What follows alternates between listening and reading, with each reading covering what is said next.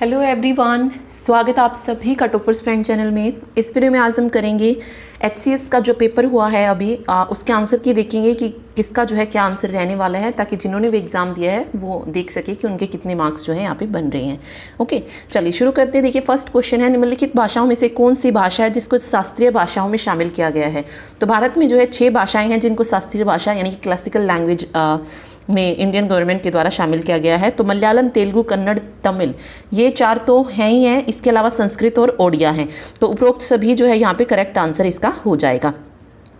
अगला है, निम्नलिखित में से किसे विरोधी कवि जाना जाता है। रिबेल पोएट की बात हो रही है, तो ये कहा जाता है सूर्यकांत त्रिपाठी निराला को। In which of the following places are the famous Ashokan pillars found. तो अशोक के जो स्तंभ थे वो 5 जगह पाए गए थे। सारनाथ हो गया, इलाहाबाद हो गया, सांची का स्तूप हो गया, इसके अलावा वैशाली और लोरिया नंदगढ़। ठीक है, तो ये 5 पिलर थे अशोक के। जो नहीं था वो है अमरावती। अमरावती जो था ये अशोक के टाइम पर ही बनाया गया था। तो यहाँ पर जो राइट आंसर हो जाएगा वो सिर्फ 1, 2 और 3 हो जाएगा, ये पाए गए थे। ठीक है, ये अमरावती वाला नहीं मिला था।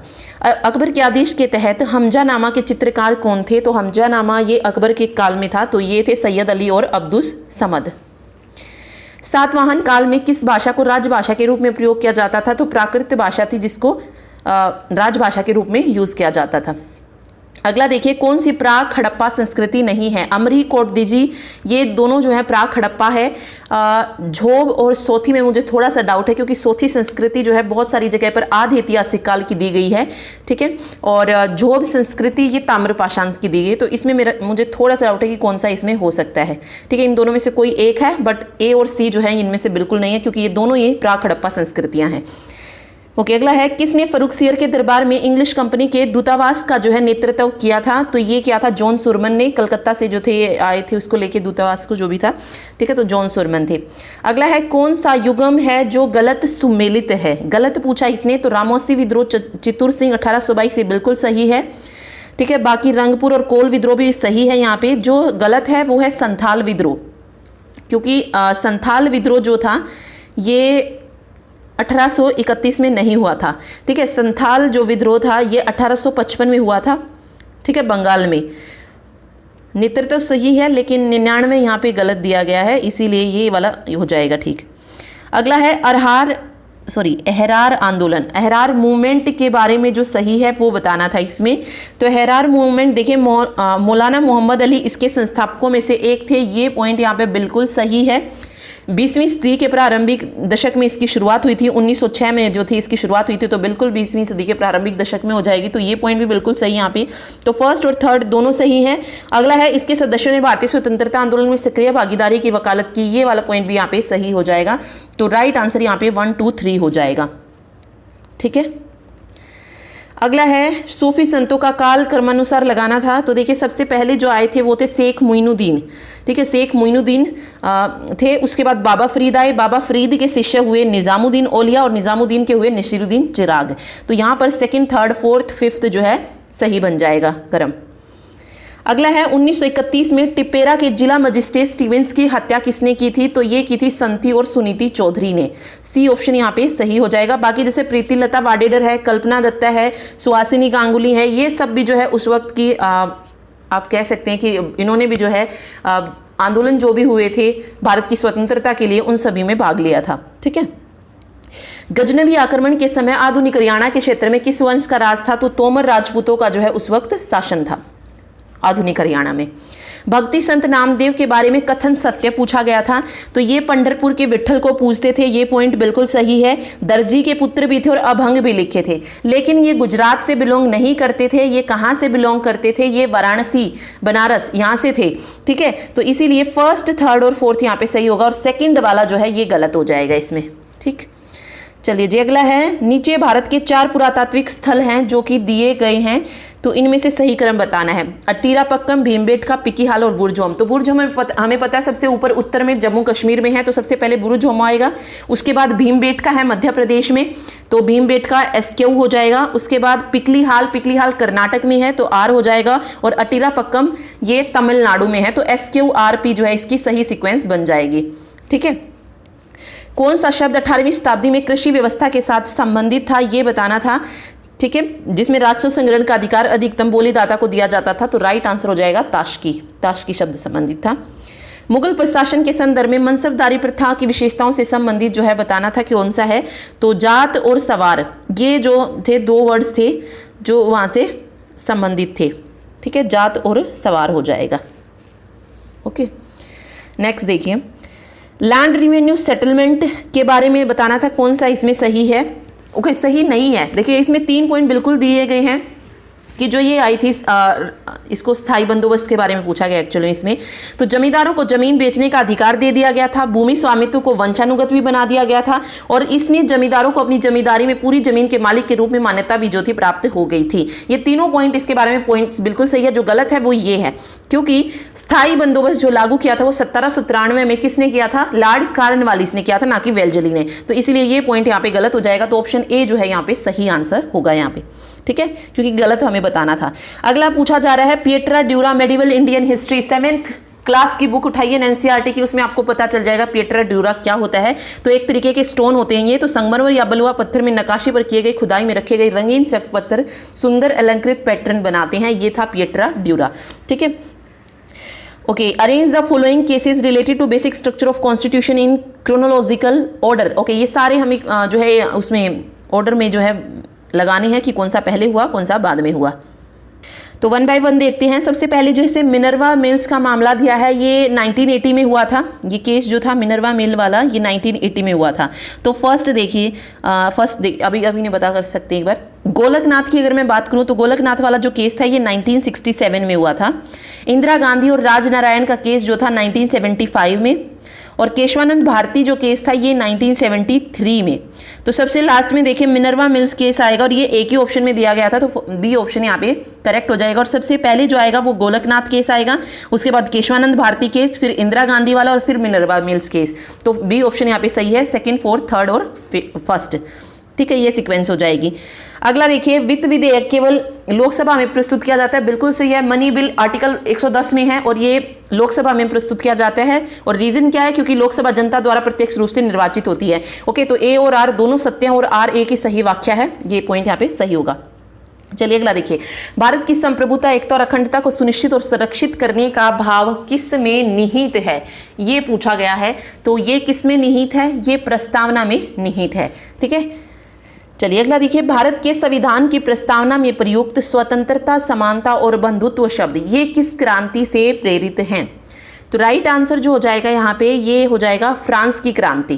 ठीक है, कौन सी क्रांति से प्रेरित है? फ्रांस की क्रांति से शब्द लिए गए हैं। कब हुई थी फ्रांस की क्रांति? 1789 में हुई थी।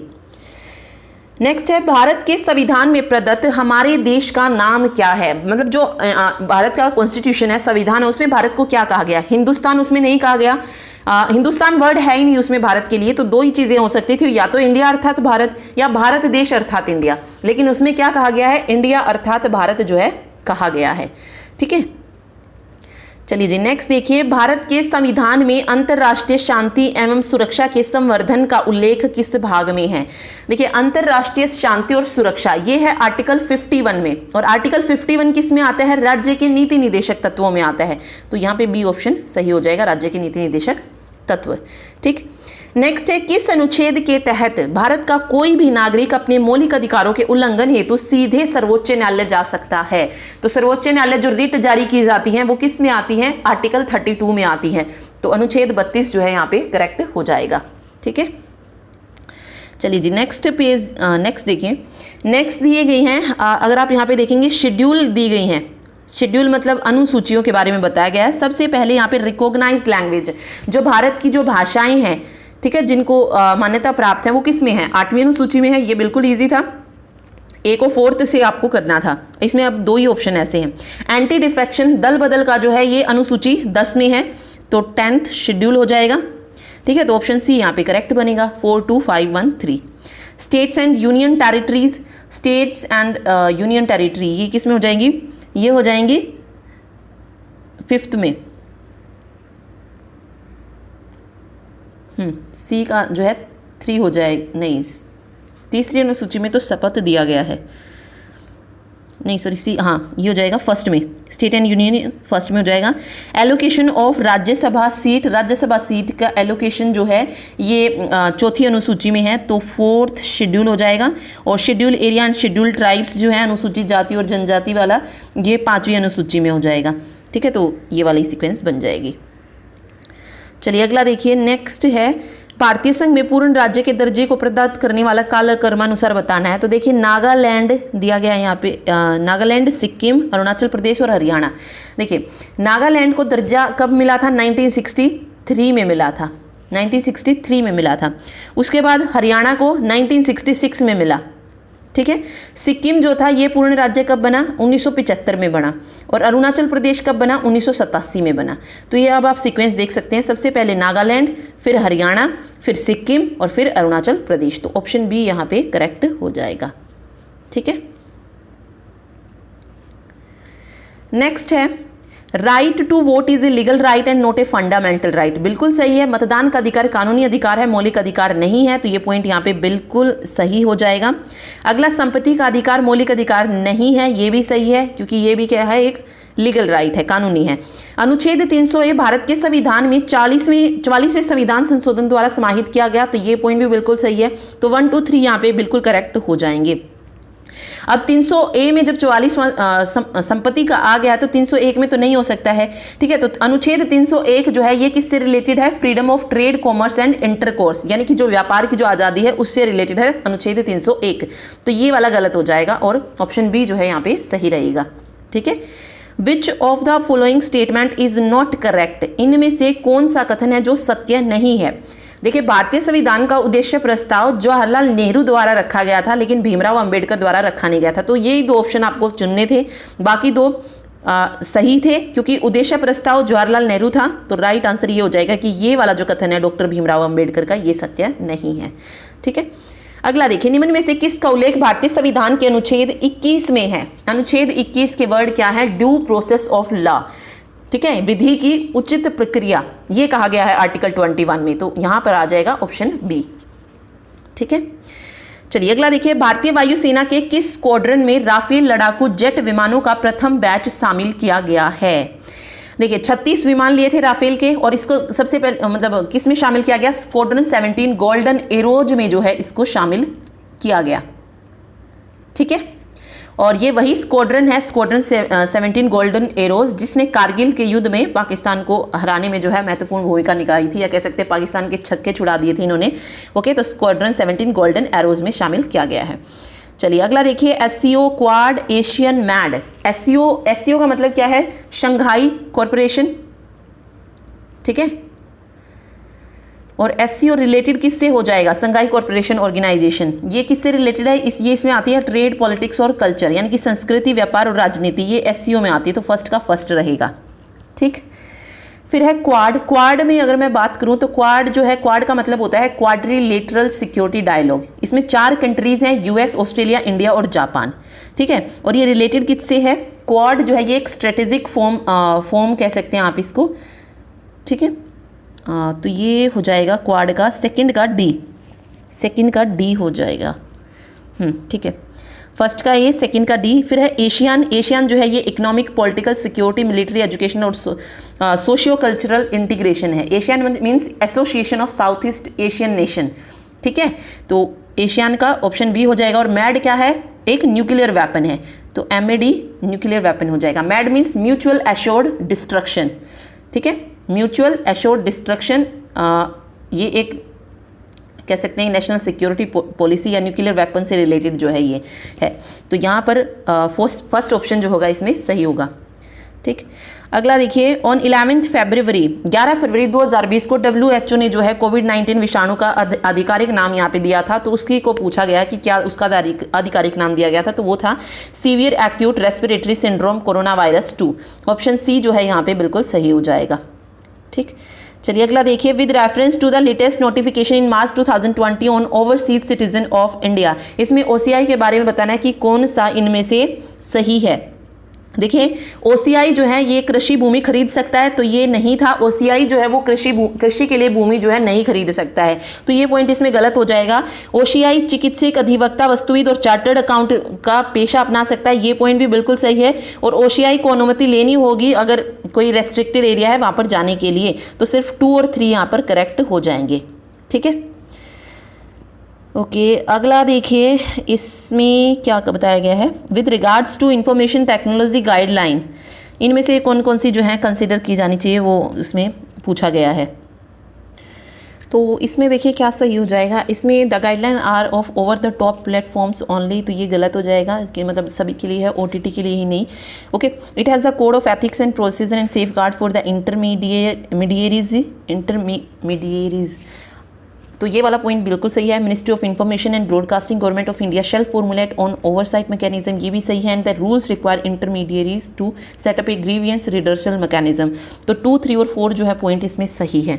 ठीक है, चलिए नेक्स्ट देखिए, नेक्स्ट है consider the statement India wants Chabahar port to be include in the 13 nation international north south transport corridor that extend from India to Russia, तो which country are the member of INSTC, तो इसमें जो सही हो जाएगा वो हो जाएगा ईरान। ठीक है, इनमें से INSTC के सदस्य पूछे गए थे।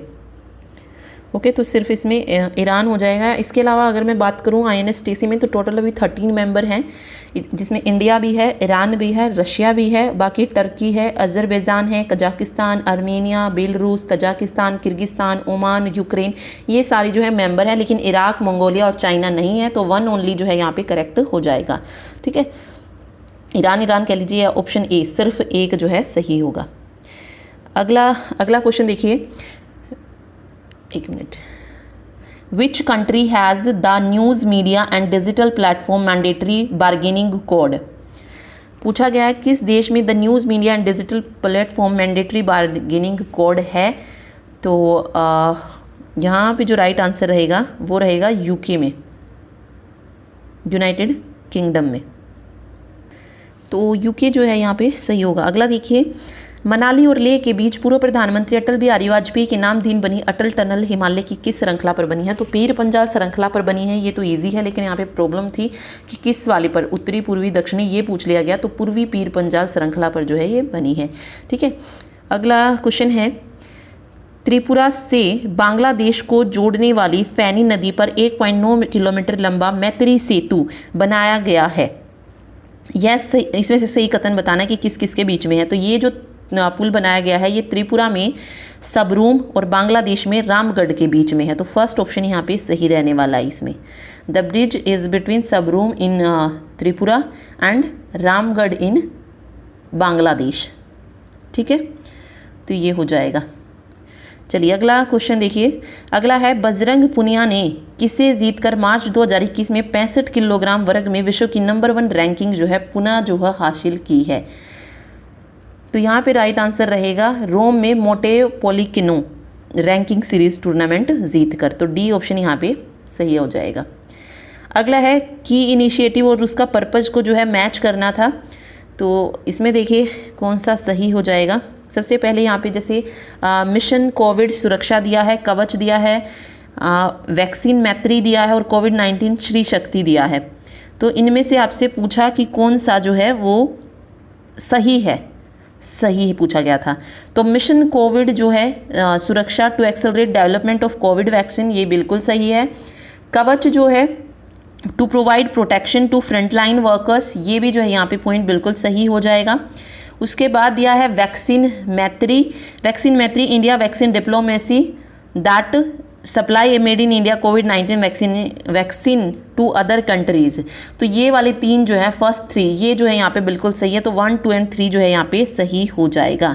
ओके, फोर्थ यहाँ पे गलत हो जाएगा। क्यों गलत हो जाएगा? क्योंकि ये वुमेन वर्ल्ड बैंकिंग से रिलेटेड नहीं था, UN वुमेन, ठीक है, यानी कि ये जो पहल शुरू की गई थी श्री शक्ति चैलेंज, ये जो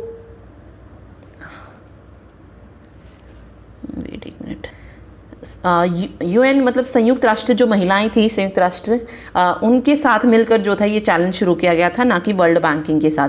तो इसीलिए ये जो है यहाँ पे गलत हो जाएगा, बाकी तीनों जो है यहाँ पे सही दिए गए हैं। ठीक है, चलिए अगला क्वेश्चन देखिए। नेक्स्ट क्वेश्चन कह रहा है निम्नलिखित में से किस जांच के लिए नाक व गले का सैंपल नहीं चाहिए और यह जांच भारतीय मेडिकल अनुसंधान परिषद से मान्यता प्राप्त है? तो राइट आंसर हो जाएगा रैपिड एंटीबॉडीज टेस्ट। तो बी ऑप्शन जो है इसमें बिल्कुल सही रहेगा। ठीक है, रैपिड एंटीबॉडीज टेस्ट। चलिए अगला देखिए। नेक्स्ट है मैच करना था इनको, Robert B Wilson, Roger Penrose, Jennifer और लुइस गल्क।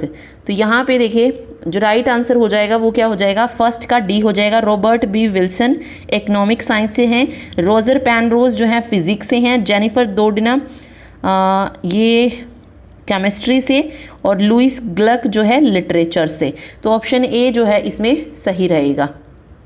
ठीक है,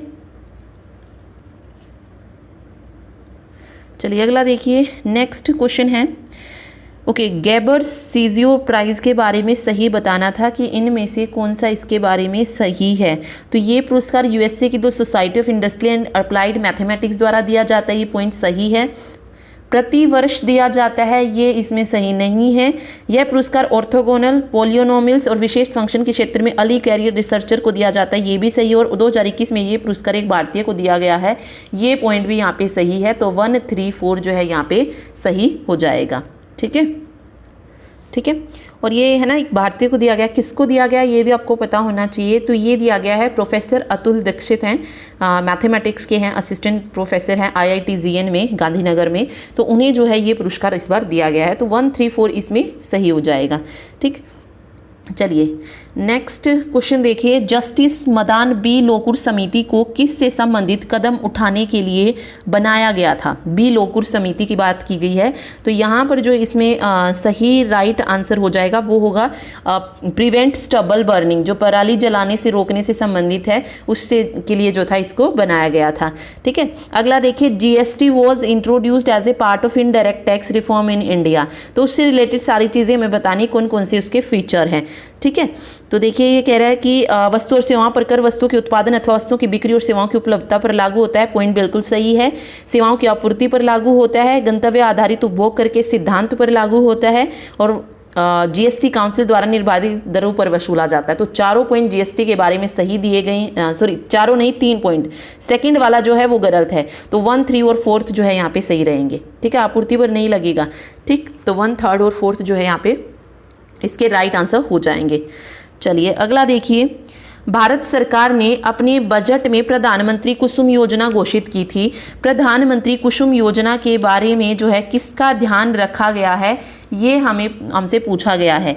तो राइट आंसर जो हो जाएगा यहाँ पे वो हो जाएगा किसानों को डिजिटल और केरोसिन पर निर्भरता समाप्त करके पंप सेटों को सौर ऊर्जा से जोड़ने से संबंधित है ये। ठीक है, प्रधानमंत्री कुसुम योजना। चलिए अगला देखिए। अगला क्वेश्चन है व्यापारिक बैंकों की समग्र जमा एवं संचय का अनुपात केंद्रीय बैंक के पास रखना होता है, कौन सा इस अनुपात को दर्शाता है?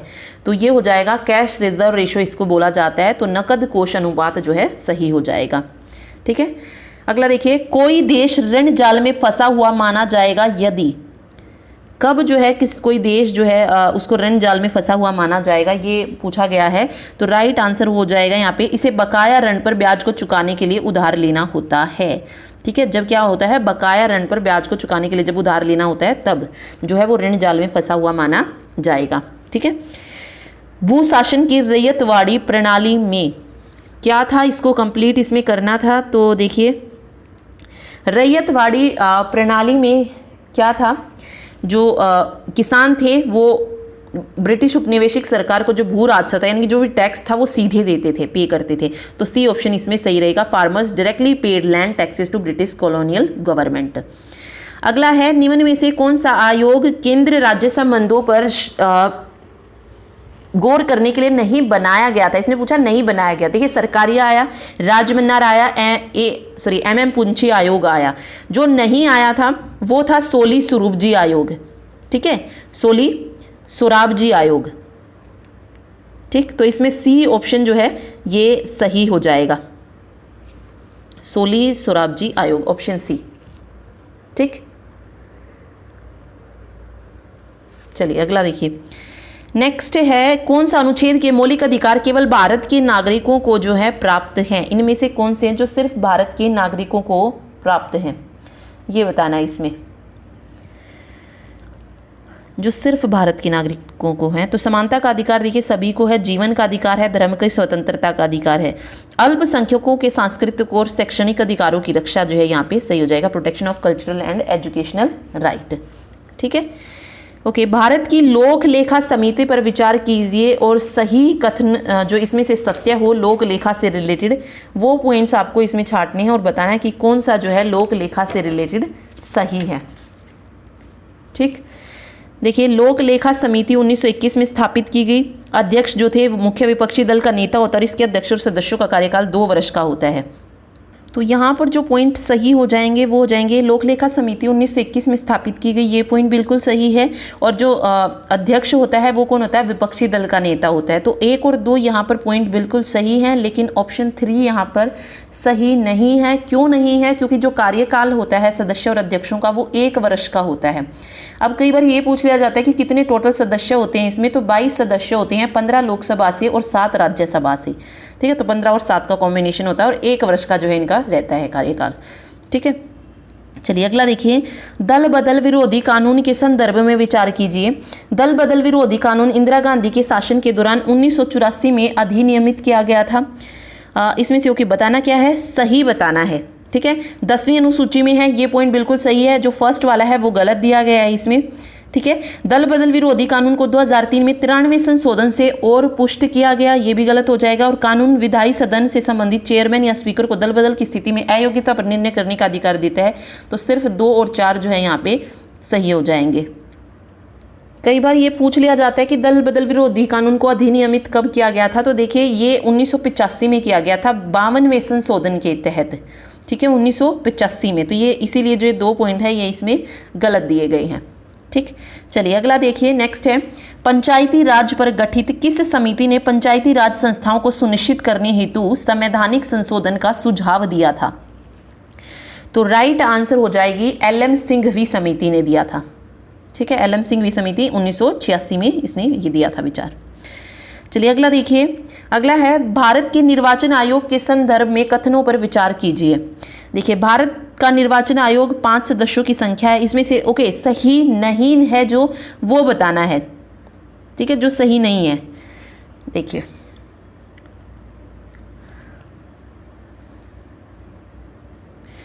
निर्वाचन आयोग 5 सदस्यों की संख्या है। नहीं, 5 नहीं होती, 3 ही तो सदस्य होते हैं उसमें। ठीक है, एक मुख्य चुनाव आयुक्त और 2 अन्य होते हैं। तो ये वाला तो नहीं है सही, ये वाला सही नहीं है। ओके, निर्वाचन आयोग आम चुनाव तथा उपचुनाव के परिवर्तन के कार्यक्रम का निर्धारण करता है, ये पॉइंट बिल्कुल सही है। राजनीतिक दलों के विभाजन विलयन संबंधी विवादों को भी सुलझाता है और भारत का निर्वाचन आयोग जो नए दल बनते हैं उनको चुनाव चिन्ह भी देता है। तो ये पॉइंट तीनों सही है। जो सही नहीं है वो हो जाएगा इसमें सिर्फ 1। ठीक है, क्योंकि 3 सदस्य होते हैं। ठीक, चलिए अगला देखिए। नेक्स्ट है, लोकसभा अध्यक्ष के संदर्भ में क्या सही है पूछा है इसने, सही है पूछा है। देखिए, राष्ट्रपति के प्रसाद पर्यंत कौन पद धारण करता है? राज्यपाल करता है, तो ये सही नहीं है। ठीक, या किसी भी वित्तीय विधेयक को धन विधेयक घोषित कर सकता है और उसकी घोषणा अंतिम होती है, ये पॉइंट बिल्कुल सही है कि कोई विधेयक धन विधेयक है या नहीं, ये कौन करता है घोषणा? ऑब्वियस है, लोकसभा का विधेयक करता है, लोकसभा का अध्यक्ष करता है। तो ऑप्शन बी जो है यहाँ पे बिल्कुल सही हो जाएगा। 1 मिनट, ओके, ऑप्शन बी जो है सही होगा। ओके, और जो त्याग पत्र वो देता है वो राष्ट्रपति को नहीं, जो उपसभापति क्या कहते हैं उसको, उपाध्यक्ष होता है लोकसभा का, उसको संबोधित करता है। ओके, और लोकसभा का वरिष्ठतम सदस्य हो ऐसा नहीं होता है। वरिष्ठतम सदस्य कब बनता है? जब मान लीजिए लोकसभा का अध्यक्ष अपना पत्र जो है दे देता है, त्याग पत्र, उस वक्त वरिष्ठतम सदस्य जो है लोकसभा का सदस्य बनता है। अदरवाइज जो है जो सदस्य होता है वो चुना जाता है, मतलब जितने भी वहाँ पर लोकसभा के सदस्य होते हैं उनके द्वारा। तो ये वाला पॉइंट भी इसमें गलत हो जाएगा। तो जो सही है बिल्कुल वो ऑप्शन बी सही है। ओके, निम्न में से कौन से ऑर्गेनिक कंपाउंड के समूह का परफ्यूम बनाने में उपयोग की न्यूनतम संभावना होती है? न्यूनतम संभावना पूछी इसने, तो राइट आंसर हो जाएगा यहाँ पर अल्कोहल की। ठीक है, ओके, नेक्स्ट है, विच acid is used for cleaning gold ornaments, जो स्वर्ण आभूषण होते हैं उसके लिए किसका यूज़ किया जाता है? नाइट्रिक एसिड का यूज़ किया जाता है। तो फर्स्ट ऑप्शन यहाँ पे सही रहेगा। ओके, पूर्ण आंतरिक परावर्तन में जो शामिल नहीं है, देखिए रेगिस्तान में जो मिराज बनता है, जो ये घटना होती है किसके कारण होती है? टोटल इंटरनल रिफ्लेक्शन के कारण, हीरे की झिलमिलाहट होगी, transmission of light rays in optical fibre हो गया, ये सब TIR के कारण होते हैं। जो नहीं होता है वो होता है कैलेडियोस्कोप। तो बी ऑप्शन इसमें सही हो जाएगा। ठीक है, ओके, ब्लॉकचेन तकनीक के बारे में जो सही है वो बताना था इसमें। तो ये ट्रांजैक्शन का डिजिटल लेजर है, ये पॉइंट यहाँ पे बिल्कुल सही है। और ये क्रिप्टोग्राफी से सुरक्षित डाटाबेस है या कुछ सहभागियों के बीच साझा किया गया डिस्ट्रीब्यूटेड लेजर है। तो ये दोनों पॉइंट बिल्कुल सही हैं। ब्लॉकचेन एक क्रिप्टो करेंसी है, ये वाला सही नहीं है। तो सिर्फ 1 और 2 जो है यहाँ पे करेक्ट हो जाएंगे। ठीक है, अगला देखिए, मार्च 2021 में एनगोजी ओकोंजो-इवेलिया निम्न में से किसकी डायरेक्टर जनरल बनी? तो ये बनी थी वर्ल्ड ट्रेड ऑर्गेनाइजेशन की, WTO की, विश्व व्यापार संगठन की। अगला है कौन सा गलत मिलान है? इसमें से जो गलत है, टेस्ला इलेक्ट्रिक कार हो गई, बिटकॉइन जो है क्रिप्टो करेंसी है, बिल्कुल सही है। पोकेमोन गो ये है ऑग्यूमेंटेड रियलिटी मोबाइल गेम है। और जूम जो है ये OTT स्ट्रीमिंग प्लेटफॉर्म है, बिल्कुल नहीं। जूम आपने पढ़ा होगा, जो एजुकेशन ऐप जो है जूम, वो है। तो ये गलत हो जाएगा यहाँ पे, यही जो है मैच नहीं है। ठीक है, उत्तर पूर्व भारत में सबसे बड़ी, देखिए उत्तर पूर्व की पूछी गई है, तो सबसे बड़ी जो मीठे पानी की जो झील है वहाँ पर, वो है मणिपुर में। ठीक है, और झील कौन सी है? झील का नाम भी आपको पता होना चाहिए ना, तो वो हो जाएगी लोकटक झील। ठीक है, लोकटक झील है जो कि मणिपुर में है। चलिए अगला देखिए, फरवरी 2021 में मंगल ग्रह पर नासा का कौन सा रोवर उतरा था? नासा पर कौन सा रोवर जो था उतरा था, ये बताना था। तो परसिवरेंस जो है यहाँ पे सही हो जाएगा, परसिवेरेंस। ठीक है, 30 जुलाई 2020 में जो है ये छोड़ा, मतलब 30 इस तारीख को ये जो था छोड़ा गया था। और ये 18 फरवरी 2021 में स्काई क्रेन की सहायता से जो है जेजरो क्रेटर की सतह पर उतरकर जो है अनुसंधान शुरू करेगा। ये कुछ इस से रिलेटेड था। तो परसिवरेंस जो है यहाँ पे सही हो जाएगा। ठीक है, महात्मा गांधी को सिर्फ एक बार भारतीय राष्ट्रीय कांग्रेस का अध्यक्ष चुना गया था किस अधिवेशन में? तो ये मोस्ट इंपोर्टेंट क्वेश्चन था। सभी को पता है महात्मा गांधी बेलगाम अधिवेशन के लिए जो थे अध्यक्ष चुने गए थे। एक ही बार ये अध्यक्ष चुने गए थे 1924 में। ठीक, चलिए अगला देखिए, लक्ष्मी स्वामीनाथन, मैडम कामा, अरुणा आसफ अली, बीना दास, इन सब को मैच करना है। देखिए सबसे पहले जो दे रखा है वो है लक्ष्मी स्वामीनाथन। लक्ष्मी स्वामीनाथन जो है ये INA की महिला ब्रिगेड का इन्होंने जो था नेतृत्व किया था। तो फर्स्ट का थर्ड हो जाएगा। मैडम कामा की अगर मैं बात करूं तो ये राष्ट्रीय ध्वज को विदेशी धरती पर इन्होंने सबसे पहले फहराया था। ठीक है, अरुणा आसफ अली ने जो है 1942 में ग्वालियर टैंक मैदान पर जो था झंडारोहण किया था। और वीना दास जो थी ये गवर्नर जैक्सन की हत्या करने का जो था इन्होंने प्रयास किया था। तो फोर्थ का सेकंड हो जाएगा। ठीक है, तो यहाँ पे देखिए ऑप्शन C बनेगा आई थिंक इसका, फर्स्ट का थर्ड और सेकंड का फोर्थ हो जाएगा। नहीं, सेकंड का फोर्थ। ओके, ये वाला ऑप्शन D बनेगा, ऑप्शन D। ठीक है, थर्ड का फर्स्ट है क्योंकि, ओके, और फोर्थ का सेकंड हो जाएगा। तो ऑप्शन फोर्थ यहाँ पे सही रहेगा, ऑप्शन D याद रखिएगा। ठीक है, चलिए अगला देखिए, निम्न क्रांतिकारियों में से किन को प्रसिद्ध काकोरी षड्यंत्र केस में फांसी की सजा दी गई थी? तो काकोरी षड्यंत्र केस में फांसी की सजा पूछी गई है कि किस किस को दी गई। तो देखिए राम प्रसाद बिस्मिल को दी गई, अशफाक उल्ला खान था। ठीक है, 3 जन थे ना, 3 जन तो थी। एक मिनट, देखिए अशफाक उल्ला खां भी दी गई थी, राम प्रसाद बिस्मिल को भी दिया गया था। इसके अलावा एक और थे ना, तीसरे ठाकुर रोशन सिंह, इनको भी दी गई थी। तो फर्स्ट थर्ड और फिफ्थ, और एक और है फोर्थ नंबर का, तो ये हो जाएगा, नहीं फोर्थ का नहीं होगा। ओके, हाँ, चंद्रशेखर आज़ाद और भगत सिंह तो फिर अलग हो गए क्योंकि भगत सिंह को तो इस केस में नहीं दी गई थी। तो राम प्रसाद बिस्मिल, राजेंद्र लाहिरी, अशफाक उल्ला खान और ठाकुर रोशन सिंह, इनको दी गई थी। तो सिर्फ 1, 2, 3 और 5th इनको जो है सही हो जाएगा। ठीक है, ये हो जाएगा। और एक और चीज़ याद रखिए, अशफाकुल्ला खां, पंडित राम प्रसाद बिस्मिल और ठाकुर रोशन सिंह, इनका जन्म जो था एक ही जगह पर हुआ था और फांसी भी जो थी इनको एक ही दिन दी गई थी, इन तीनों को, राम प्रसाद को, अशफाकुल्ला खान को और ठाकुर रोशन सिंह को। ठीक है, अगला देखिए नेक्स्ट जो क्वेश्चन है, नेक्स्ट क्वेश्चन में कहा गया है बंबई में दादोबा एवं आत्माराम पांडुरंग द्वारा किस सामाजिक सुधार संस्थान की स्थापना की गई? एमजी रानाडे का संस्थान के साथ जुड़ने के पश्चात यह लोकप्रिय हुआ। तो आत्माराम पांडुरंग ने जो थी स्थापना की थी वो की थी प्रार्थना समाज की। ठीक है, तो प्रार्थना समाज सही हो जाएगा। ओके, सही गलत मिलान बताना है इसमें से। तो देखिए मरच कटिकम की अगर मैं बात करूं तो ये बिल्कुल शूद्रक की है। दूसरा है रघुवंशम कालिदास की है, बुद्ध चरितम अश्वघोष की है। तो जो यहाँ पर नहीं मैच कर रही है वो हो जाएगी कादम्बरी। ठीक है, ये हर्षवर्धन की नहीं है। तो कादम्बरी बुक किसकी है? हर्षवर्धन की नहीं है, तो ये भी तो पता होना चाहिए आपको। तो राइट आंसर जो हो जाएगा कादम्बरी के बारे में बाणभट्ट। ठीक है, बाणभट्ट की है। हर्षवर्धन के तो वो नाटक थे, जैसे प्रियदर्शिका था, नागानंद था, वो वाले नाटक थे हर्षवर्धन के, तो यहाँ पे बाणभट्ट आना था। ओके, चलिए अगला देखिए, भारत में मंदिर स्थापत्य कला की 3 प्रमुख परंपरागत शैलियाँ जो थी वो कौन सी थी? तो ये थी नासर, वेसर और द्रविड़। नागर, वेसर और द्रविड़। तो थर्ड ऑप्शन यहाँ पे सही रहेगा। अगला है belt of com, deflating force, roaring forties और हॉर्मेटन। ये चीज़ें इसमें दी गई हैं, इनको मैच करना था, ये क्या है? ठीक है, तो बेल्ट ऑफ कॉम जो है ये हो जाएगा डोल्ड्रम, फर्स्ट का जो है थर्ड हो जाएगा। ठीक है, उसके बाद डिफ्लेक्टिंग फोर्स है ये कोरियोलिस हो जाएगा, रोरिंग फोर्टीज जो है वेस्टलीज हो जाएगा और हॉर्मेटन जो है डॉक्टर विंड हो जाएगा। तो सी ऑप्शन इसमें सही रहेगा, ऑप्शन सी जो है यहाँ पे सही आएगा। ठीक है, 3142। नेक्स्ट देखिए, नीलगिरी सतपुड़ा, ये बताने की कौन सी चोटी किसकी है? तो नीलगिरी आपको पता है, नीलगिरी की जो सबसे चोटी है कौन सी है? डोडा बेटा हो जाएगी। सतपुड़ा की कौन सी हो जाएगी? सतपुड़ा की हो जाएगी धूपगढ़, सतपुड़ा की धूपगढ़ है। अरावली की हो जाएगी माउंट आबू, माउंट आबू है। ओके, और हिमालय की सागरमाथा हो जाएगी। सागरमाथा किसको कहा जाता है? माउंट एवरेस्ट को ही कहा जाता है। ठीक है, तो वो हो जाएगी ये।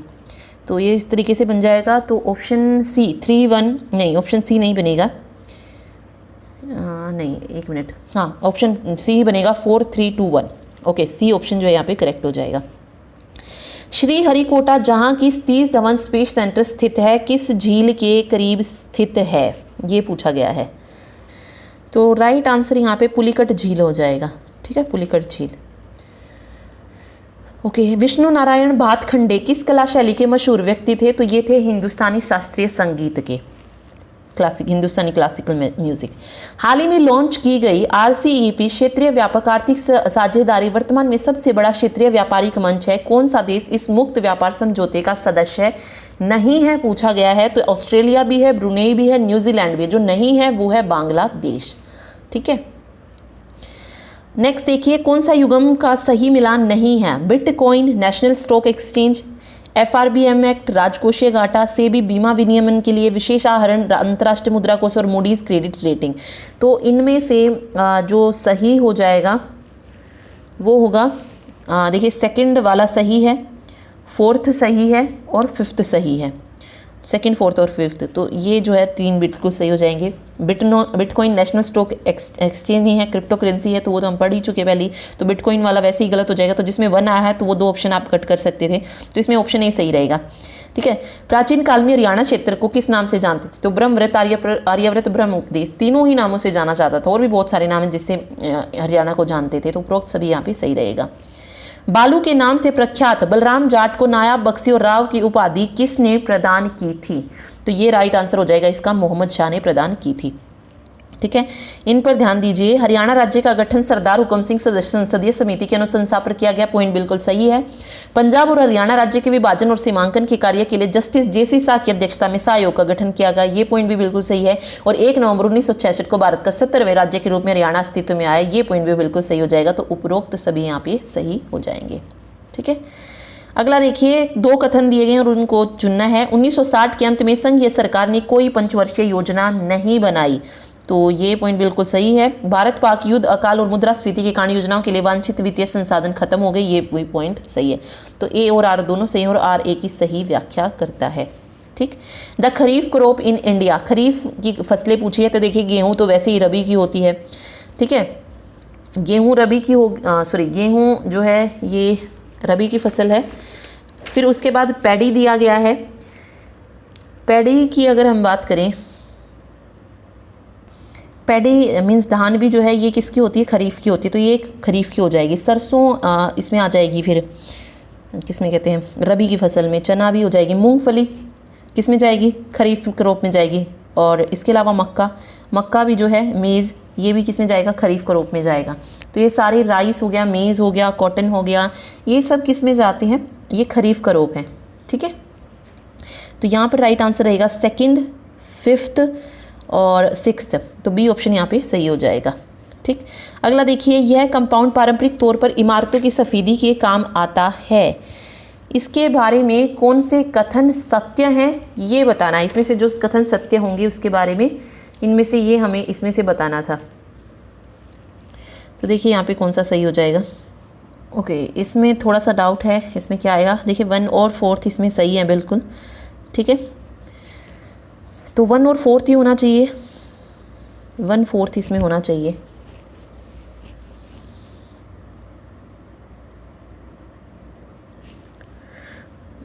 बट इसमें जैसे थर्ड भी सही है। ओके, इसमें 1 और 4th ही होगा। ठीक है, 1 4th इसमें बिल्कुल सही है, तो यही आंसर होना चाहिए। चलिए आगे देखिए, एक मिनट। चलिए अगला देखिए, नेक्स्ट क्वेश्चन है, कौन सा धोने के सोडे के बारे में सही है। इसका नाम सोडियम हाइड्रोजन कार्बोनेट है। जलीय विलयन सारिया प्रकृति का होता है। रासायनिक नाम सोडियम कार्बोनेट, और जलीय विलयन का पीएच मान 7 से अधिक होता है और बेकिंग में केक को फुलाने में काम आता है, और यह पानी की स्थायी कठोरता को में काम आता है। तो इसमें हमें क्या बताना था, धोने का सोडा यानी कि जो वॉशिंग सोडा होता है उसके बारे में जो पॉइंट्स सही हैं हमें वो ढूंढने थे इसमें। ठीक है, तो राइट आंसर देखिए यहाँ पे क्या हो जाएगा। इसमें जो राइट आंसर रहेगा वो रहेगा 2nd and 4th कि रासायनिक नाम सोडियम कार्बोनेट है और इसके जलीय विलयन का जो पीएच मान होता है वो 7 से अधिक होता है, और बेकिंग में केक फुलाने में भी काम आता है। तो ये पॉइंट बिल्कुल सही हो जाएगा। सिर्फ 2 और 4 जो है यहाँ पे सही रहेगा। ठीक है, ओके, एक मिनट, इसमें 4th भी सही रहेगा क्योंकि परमानेंट हार्डनेस ऑफ वाटर की जो स्थायी कठोरता होती है उसको दूर करने के लिए भी वॉशिंग सोडा का जो है यूज़ किया जाता है। तो 2, 3 और 4 यहाँ पे सही रहेगा, ना कि बी। ठीक है, तो यहाँ पर ऑप्शन डी जो है सही हो जाएगा, 2, 3 and 4। ये हाइड्रोजन कार्बोनेट नहीं कहा जाता, इसको सोडियम कार्बोनेट ही बोला जाता है। अगला देखिए, नेक्स्ट जो क्वेश्चन है, नेक्स्ट क्वेश्चन में कहा गया the substance with pH less than 7 are, जिसका pH मान 7 से कम होता है, उसमें से ये पदार्थ बताना है कि इनमें से कौन कौन सा है जिसका pH मान 7 से कम होता है। तो राइट आंसर हो जाएगा सभी का ही। गैस्ट्रिक जूस हो, कॉफ़ी हो, एप्पल जूस हो, liquid in the car battery हो, सभी का जो है क्या होता है, कम होता है। तो ऑल ऑफ दीज जो है यहाँ पे सही हो जाएगा। नेक्स्ट है the best electrical conductor among the following, विद्युत का सबसे उपयुक्त चालक इनमें से कौन सा है। तो सिल्वर जो है यहाँ पे सही हो जाएगा, सिल्वर होगा। ठीक है, नेक्स्ट है किसी समुद्र की गहराई सोनार का उपयोग करके मापी जा सकती है, इसके बारे में निम्नलिखित कथनों पर विचार कीजिए। समुद्र की गहराई नापने के लिए इलेक्ट्रोसोनिक तरंगों का उपयोग किया जाता है, ये पॉइंट बिल्कुल सही है।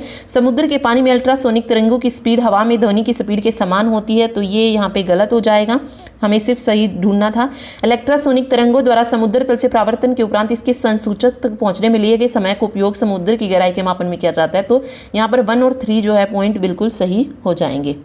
ठीक है, आगे देखिए, इनको भी मैच करना है। जैसे सबसे पहले टाइफाइड फीवर है, टाइफाइड फीवर, कोलेरा, ट्यूबरकुलोसिस और छोटी माता, ये देखने। देखिए सबसे पहले अगर मैं बात करूँ ट्यूबरकुलोसिस की, ये क्या होता है, खांसी का जो है लगातार बनी रहती है, हल्का बुखार और वजन घटना, तो 3rd का जो है ए रहेगा। छोटी माथा क्या होती है, बुखार, भूखने लगना और लाल दाने आ जाना, ये होती है। 3rd का ए और 4th का सी हो जाएगा। ठीक है, 3rd का ए, एक मिनट, 3rd का ए देखिए किस ऑप्शन में है, ऑप्शन बी में है, तो ऑप्शन बी जो है यहाँ पे सही हो जाएगा। ठीक है, चलिए आगे फिर जैसे टाइफाइड ज़बर दिया गया था तो ये तेज बुखार पेट दर्द हो जाएगा। और ट्यूबरकुलोसिस है, ट्यूबरकुलोसिस क्या हो जाएगा, ट्यूबरकुलोसिस सी, हाँ बुखार, एक मिनट ये तो इसका होगा, एक सेकेंड, हाँ ऑप्शन बी इसमें सही रहेगा। फर्स्ट का बी रहेगा तेज बुखार पेट दर्द, सेकंड का डी रहेगा कोलेरा का चावल, और जी मचलाना। ओके तो ऑप्शन बी जो है आप सही कीजिएगा। चलिए नेक्स्ट क्वेश्चन देखिए, प्लास्टिक बैग थैलियाँ पर्यावरण के लिए संभावित जोखिम है, कौन सा विकल्प इसे सही वर्णित करता है। तो दे आर नॉन बायोडिग्रेडेबल जो है सही हो जाएगा, ठीक है, क्योंकि नॉन बायोडिग्रेडेबल होती हैं ये सही करता है। अगला है पेट दर्द अथवा अपच के एक मरीज को चिकित्सक प्रोबायोटिक्स लेने की सलाह देता है। प्रोबायोटिक्स मदद करते हैं, किसमें जो है प्रोबायोटिक्स जो है वो मदद करते हैं, ये इसमें पूछा गया है।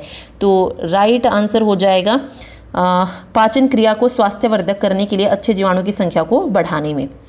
चिकित्सक कोविड-19 मरीजों को रियल टाइम PCR टेस्ट करने की सिफारिश करते हैं। यह नैदानिक परीक्षण पता लगाता है किसके बारे में। तो राइट आंसर जो हो जाएगा यहाँ पे वो हो जाएगा RNA ऑफ वायरस के RNA का पता लगाता है। नुब्रा घाटी बागानों बैक्टीरिया तथा ऊँटों तथा मठों के लिए प्रसिद्ध है। ये दो पर्वत श्रृंखलाओं के बीच स्थित है, वो कौन कौन सी हैं। तो राइट आंसर हो जाएगा इसमें कराकोरम और लद्दाख के मध्य स्थित है, ठीक है।